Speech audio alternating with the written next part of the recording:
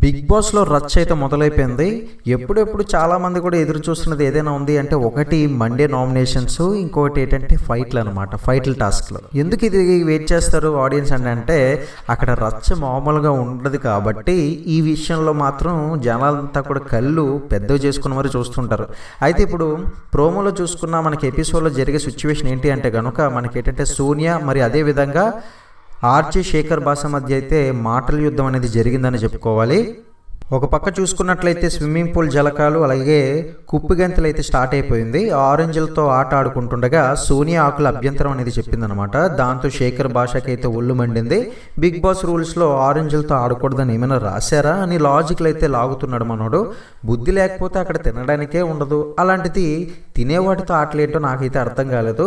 ఇక అదే విషయంపై ఫైర్ అయ్యింది సోనియా. అయితే మొత్తానికి నీకు ఇచ్చిన వాటితో నువ్వు వాడుకో, కిందేసి తొక్కుకో, డ్రైనేజ్లో కూడా వేసుకో, అది మాత్రం వేరే వాళ్ళకి పెట్టకు, మనుషుల్లో తినాలనుకునే వాళ్ళకి మాత్రం పెట్టకు అని అంటూ గట్టిగానే కౌంటర్ ఇచ్చింది సోనియా ఆకుల. ఇక దాంతో శేఖర్ భాష వచ్చేసి ఆరెంజ్లను తింటూ ఆడిన వాటితోనే తిన్నా, ఇప్పుడు నేను మనిషిని కాదా అంటూ వితాండవాదం అయితే స్టార్ట్ చేశాడు. ఇక తినేవాటితో ఆటలు ఆడటం ఎందుకని సోనియా కూల్గానే చెప్పింది. కానీ మనోడి ఆ టీవీ డిబేట్లతో అడ్డంగా వాదించడం అలవాటైపోయిందో ఏమో కానీ ఇక్కడ కూడా నేను మనిషిని కాదా అంటూ కింద పడ్డ వాటిని తింటూ వింతగా ప్రవర్తించాడు శేఖర్ భాష.